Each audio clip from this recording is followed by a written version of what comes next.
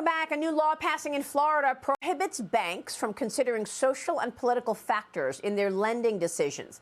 The state preparing to cut ties with banks if they do not oblige by these rules. Joining me right now is Florida's Chief Financial Officer, Jimmy Patronis. Jimmy, it's great to have you this morning. Thanks very much, and congratulations on all you're doing there in Florida. You say if Florida loses banking relationships, it may be relationships that are needed to be reconsidered anyway. Tell me more about what's going on. Sure. What are the banks doing?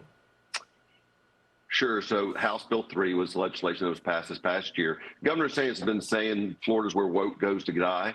And if you are prescribing to ESG practices, you will not be eligible for government dollars. Simple as that. So we're going through the rulemaking process. We will set up the criteria. It's an open process. We'll be able to take public comments, but you will need to be free of ESG if you want government dollars in the state of Florida.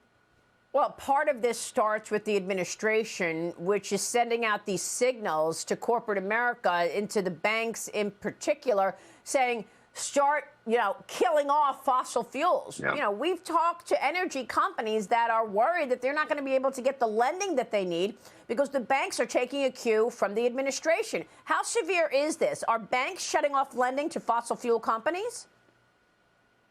So in states where that has been triggered, we have seen debanking that has taken place by those state governments, and it has had a turnaround that's happened in West Virginia. But the hypocrisy is so rich that they will, debank in the United States, but the funds will gladly ship and invest money over into China that has no fear of fossil fuels, that has no scrubbers, nothing to do with it. They're maximizing cheap energy to sell us cheap junk.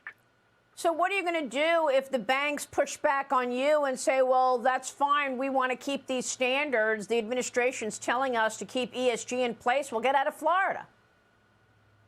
Well, we'll just move to state chartered banks. We'll find other institutions that'll take it. And we're in an environment right now where the banks are fighting for money. I get at least 3 calls a day from banks saying, hey, can we get our hands on some state funds? We're on the tipping point of a hell of a recession, and these banks have got to get their hands on some money. Interest rates are killing them right now. Well, look, let's talk about what's going on there with Disney. Disney officially calling off plans for its $1 billion Florida development. It would have brought more than 2,000 high-paying jobs to the state, Jimmy. Are you disappointed? Look, anytime that a cast member forgets their goofy costume or a stormtrooper stubs their toe, they're going to blame Ron DeSantis. Or they're going to go make sure, because there's a lawsuit taking place, they're going to go leak it to the federally owned New York Times. It's a continuous drip, drip, drip by Disney as they have gotten themselves a mess. Disney doesn't have a Florida problem. It doesn't have a Ron DeSantis problem. It has a Disney problem. Mm-hmm. So where is this going? I mean, there's a serious fight between DeSantis and Disney. How does this play out? So I have been continuing. Look, I'm 17 years in this process. I was also in the restaurant business for 30 years. I'm about making customers happy. And I have repeatedly, not once, not twice, I've pleaded, Bob Iger needs to come to the table and quit this nonsense. But you know what? Right now, they're losing millions of subscribers on they're closing their flagship Star Wars hotel. They are making decisions financially that they have to do, just like Google and Amazon, laying off people. So it's just convenient to blame Ron DeSantis because right now he's a high-profile target, and it makes their stockholders and directors, have a scapegoat to blame it on. But look, Bob Iger is doing what he needs to do to survive, and unfortunately, getting $2,000 a night for a hotel just doesn't fly anymore in the United States. Yeah, well, look, I'm glad that you're pulling back and pushing back on these banks that are putting these woke ideologies ahead of actual lending decisions and standards that we are hoping are fair. Jimmy, according to the Bureau of Labor Statistics, for the first time in at least 40 years, there are more jobs in Florida than there are jobs in New York. Tell me about this boom going on in Florida. So this is for the 4th time in the history of the state of Florida that we have crossed 400,000 new Floridians in the state. So we've got over $30 billion of new recurring wealth coming into the state of Florida this past year alone.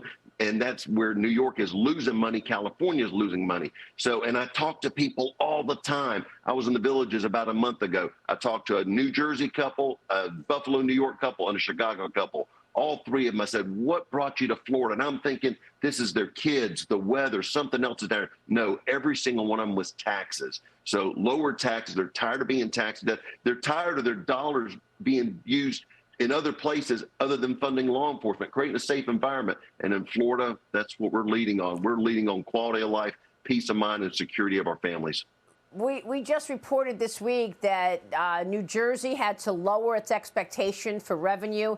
Connecticut, Illinois, New York all did the same in the last several months. Jimmy, how much would you estimate that the revenue increased in Florida as a result of all of these new people moving to Florida and out of those big high-tax states? Well, I'll give you an example right here. So Florida's no income tax, but we have a sales tax and documentary stamp tax. This past quarter, we balanced our budget in Florida. This past quarter, our revenue estimates were $2.4 billion over expectations. So wow. Again, the people are moving here. They're spending money. Our budget, here's another great statistic. New York has 18 million people. Florida's almost 23 million people. But New York state budget is over double of Florida's. So continue to fund that type of monster on the backs of fewer people every single day is going to be a challenge for New York. I'm glad I'm not Hochul. She's got a mess on her hands. Wow. All right, Jimmy. Great to get your take on all of that. Good to see you. Jimmy Patronis joining us this morning in Florida. Thank you, sir.